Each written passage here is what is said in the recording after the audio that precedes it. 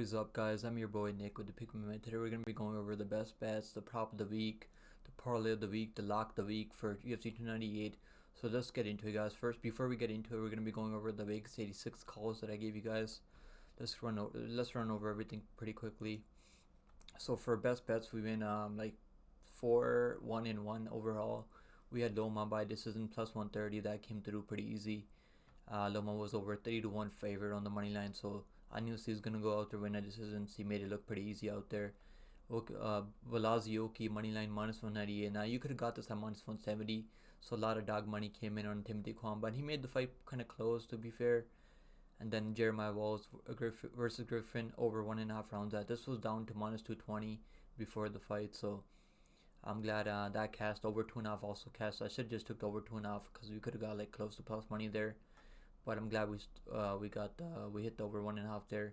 Then Marcos money line. I mean, Marcos was on his way to win the fight. I mean, Eric Lang just didn't want to continue anymore. You can tell Eric Lang did not want to fight anymore. So it is what it is. That one was a no contest. Johnson versus Flowers 5 stars round 2 was only minus 180. I was confident that this fight was gonna go into the later rounds. Now so I was probably should have taken the over 1.5. We could have got the over 1.5 at like minus 120, minus 115. But I was more like comfortable taking the 5 stars round 2 at minus 180 than the over 1.5 because I was like, maybe one of these guys can knock each other out. Well, we find out the Flower doesn't really have the technique to get his punches there. And then British moneyline was a horrible call. I can't believe I trusted this guy to go out there and fight for our money. This dude did not go out there and fight for our money. That was we took an L on that one. Then we took an L on the lock of the week. Horrible lock of the week by me. I took a shot on the dog plus 100 Armin Prosian to win by moneyline to survive the first round. I mean, I was lucky enough that I hedged on Vieira round 1 submission plus 375, but this one's a horrible lock. No excuse there. Shouldn't have trusted the takedown defense. I mean, you can't even defend a takedown when a guy like Vieira, juiced up Brazilian guy like Vieira, just picks you up, slams you down. I mean, what can you really do? What can you really do there? You can't really do much there, unfortunately. But we took an L there, lock of the week. We took an L on the parlay of the week. Now, Danny gave out their hand of business like he was supposed to, but Joe Piper did not. I should have just given you guys my other lock, other parlay. I mean that I played Rodriguez, Aloma, and I played the other one was I mean Hydra Mo and Marcos. Obviously Marcos fight was a no contest, but I felt more comfortable in this one. I was like, maybe this one should cash pretty easy. Now before the fights, I had way more confidence in parlay of the week. Dan Ige obviously handled business, and then Joe Piper just didn't do it. I mean, he won the first 2 rounds. Then he just absolutely gassed out in the later rounds. Gave up all 3 rounds in the later rounds. But a credit to Hermanson, man. Hermanson is one tough veteran. And credit to Hermanson for coming back after a year off and handling business out there. But we did overall. I mean, we were profitable, pretty good in profit for Vegas 86. Over a little bit over 6 units overall. We would have been over 10 units if this parlay hit. If Joe Piper went out there, got a knockout, we would have been over 10 units easy. I mean, that would have been even a better night. But I'm happy with how the night went. I mean, some people out there had some losses on that card, so I'll take a profitable card like that. We're coming up 2 back-to-back profitable cards now. The card before that, at Vegas 86, we were 2 units profit. Now we're coming up a little bit over 6 unit profit here, so I'm pretty happy with how things are going for us overall. Let's go over, guys. Let's go over the next lock of the week for UFC 298. Now we're gonna go with the safer lock of the week here. I mean, I'm not going with the underdog lock here anymore. I don't really feel good about a lot of people. I'm not that confident in a lot of people on this card, but I am confident in Merab Dosoli to go out there, implement his will, implement his game plan, and push that pace on Henry Cejudo. I don't think Henry Cejudo's head's really in the game anymore. Now I could be wrong. Maybe he goes out there, proves me wrong, but I just don't think so. I don't believe Henry Cejudo's really taking this career serious anymore. I think this is the last fight for Henry Cejudo. I think he's thinking of retirement right now. He's already retired so many times in the past. I mean, we saw Henry Cejudo didn't want to fight Peter Yan in the past either, and Merab Dosoli absolutely dominated. I mean, Peter Yan, like, won out 50-45 over Peter Yan. I mean, didn't even give him one single round. I mean, I would have been even more confident if this was a 5-round fight, but I do feel like Merab Dosoli will go out there, keep Henry Cejudo defending takedowns overall for the whole majority of the 15 minutes, land enough output out there, win round after round. So I do like Merab Dosoli. I like him by decision, minus 125. But money line's a side here. I mean, if you're paying juice on a decision prop, you're better off just taking the money line there, minus 185. And I do have Marado Soli in a couple of parlays myself. I feel really good about this one. I think Marado Soli is gonna get us back on track with the lock of the week. We're 10-6 on the lock of the week. I've taken some underdog lock of the weeks, which we've taken some L's on, but we hit the Marco Medeiros before the other one. Before our last lock of the week, Armin Prosian, like, it just has no takedown defense, unfortunately, and got submitted for the first time in his career. So is what it is. But I'm hoping to bounce back here with Marab the Machine Dwalsfully to get us back on track with a dominant decision win here, minus 125. Let's go to the parlay of the week now, guys. Parlay of the week for UFC 298 is gonna be. Now this one obviously is not plus money. Like, I want to give you, we hit a plus 259 before last week, which was Marco Medeiros, Natalie Silva, and Nasruddin Imavov, plus 259. But I want to go back. I want to get back on track with the lock of the week here. Joe Pyfer just absolutely destroyed my parlay of the week. Danny Gibbon out there handled business, and Joe Pyfer just didn't do what he's supposed to go out there and do. But maybe just Hermanson is just that good, man. Maybe just Hermanson is just that good. Maybe, I don't know. But Pyfer just absolutely gassed out after 7 minutes. And I knew things were going sideways when I seen him after the 7-minute mark. Just not having much power on his shots. But I feel good about this parlay of the week. The over 2.5 rounds in Maverick and Lee fight. I think this fight's going to go to decision. And the over 2.5 rounds in Merab and Henry Cejudo fight. I think this fight's also going to go the distance. Both these guys are very tough. Mardosi is not really a finisher. I think Cejudo is going to be able to just avoid any big bombs but that Merab's going to throw. Henry Cejudo is pretty durable overall. I think he's only been finished one time in his career. And I was going to avoid Nakamura, but I think Nakamura is an absolute lock on this card. So we are going to put Nakamura money line. His inside distance was only like minus 500. You're better off taking the money line at minus 800 there. Like, just... So minus 104 for the parlay of the week. I think this is an absolute lock parlay of the week. I feel really good about this one. And there's not a lot of parlays that I like on this card overall. I mean, I am playing some risky parlays on my own. 2 parlays on my own. That is a Marab and Moneyline and over 2.5 rounds in Maverick and Lee. I got this over 2.5 rounds in a couple of parlays. I don't think we're going to see a finish here. Both these girls are very durable. So I like this parlay of the week. Let me know what you guys think in the comments down below for the parlay of the week. I would love to hear back from you guys. And let's go to the next one, guys. We're gonna go over the best bets now. Let's talk about the best bet. So first best bet on the card is gonna be Jeff Neal finish only plus 100.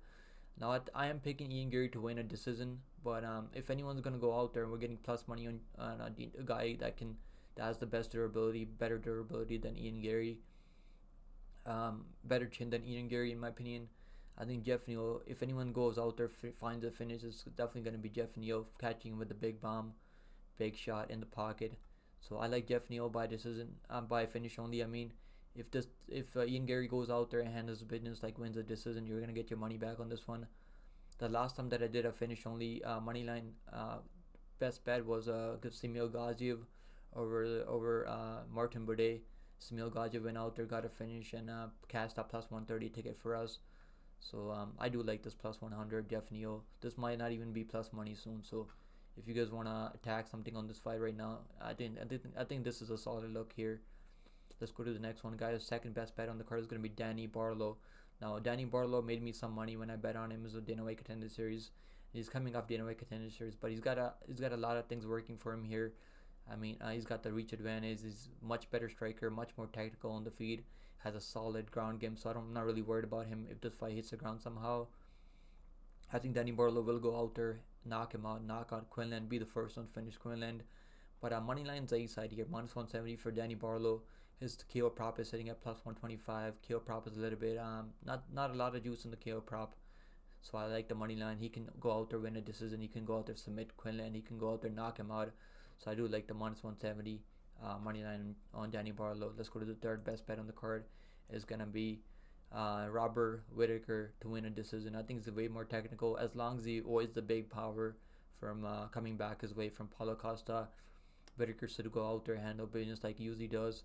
He's taken on many power punchers in the past. He's only been knocked out twice in his UFC run, I think, at middleweight. And those two guys are champions right now. They're one of them is a former champion, Israel Adesanya.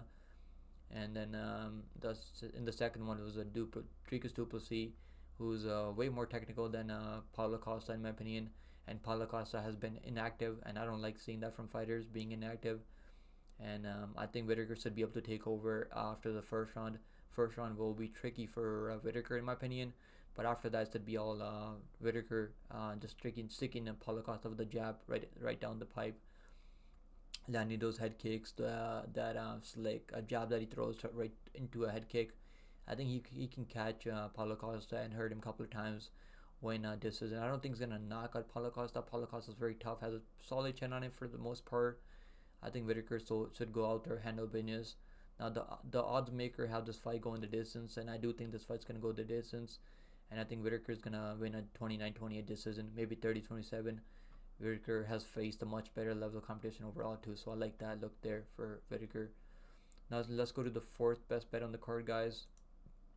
Fourth best bet is gonna be Amanda Lemos money line, -170. Now early on, he opened up at -250, so we've seen a lot of dog love on Mackenzie Dern, and I don't really get it. I mean, Mackenzie Dern just looked horrible out there. Probably one of the worst performances I've ever seen from Mackenzie Dern.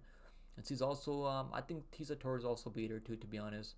I mean, they gave her the robbery decision there. So, Amanda Lemos, like, only thing I'm worried about Amanda Lemos is the cardio. But she's tough to do some pretty bad positions on the ground against the champion Zhang Weili. And I think that's gonna level up her game. I think she was preparing for Tatiana Suarez in this fight. I think she's gonna be more than prepared to go all 3 rounds with Mackenzie Dern, who's not really dangerous on the feet. Mackenzie Dern doesn't really have the technical striking that Lemos has. Doesn't really have the takedowns. Doesn't really have the best takedowns. He has good jiu-jitsu. Really dangerous on the ground if the fight's the ground. So you can definitely find a submission here on Lemos. But we have seen Lemos have a pretty good jiu-jitsu on her own right too. She was able to catch Weili in a ninja choke in the second round. Obviously, Weili was she's way too good to get caught up in a ninja choke and tap out. Weili was able to get out of that ninja choke. And then even then, I mean, in the 4th, 5th round against Weili, I mean, Lemos tracked her a couple of times. I mean, rocked her a couple of times. So Lemos is next level power, and I don't think Dern's going to be prepared for this fight, taking this fight on short notice. So I do like Amanda Lemos moneyline at -130. Her KO prop is sitting at +170, I think. I don't mind the KO prop, but I think the money line at even money basically is definitely the A side here. Let's go to the 5th best bet on the card, guys. Once again, if make sure you guys hit the sub button down below. We just hit over 1K subscribers, guys. I appreciate you guys all, man. I love making content, and I appreciate the support from you guys. We do daily live streams, so make sure you guys come hang out with me in the live streams every night.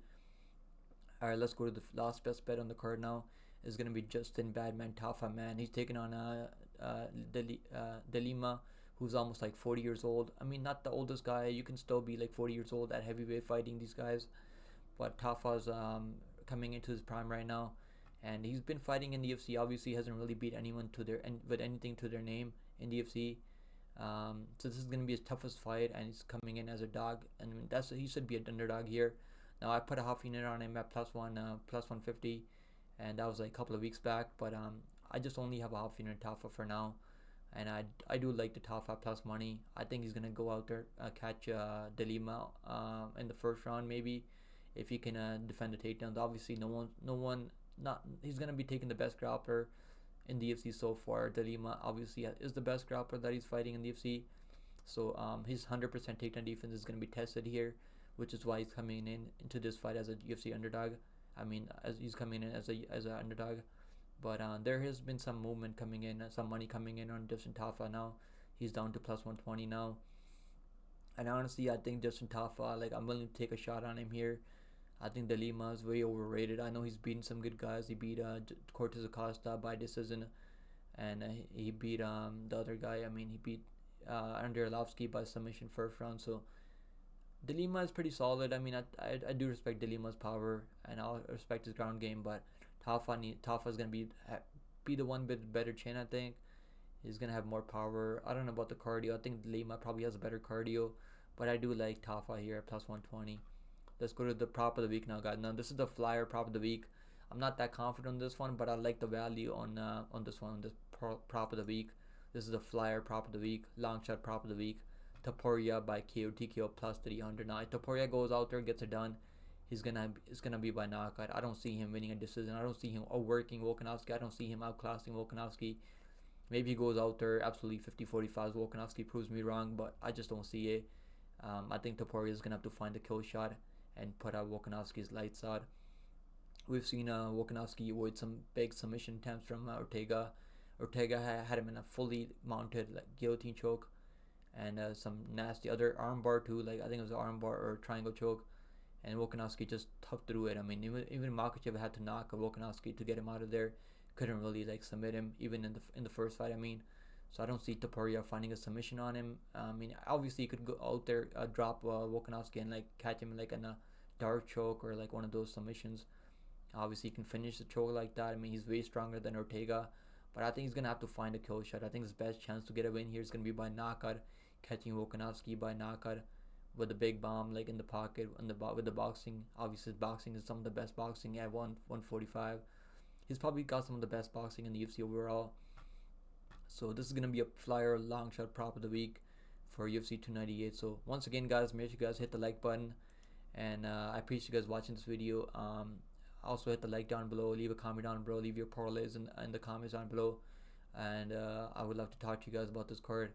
And make sure you guys drop a sub down below. We're trying to get up to 1,500 subscribers now.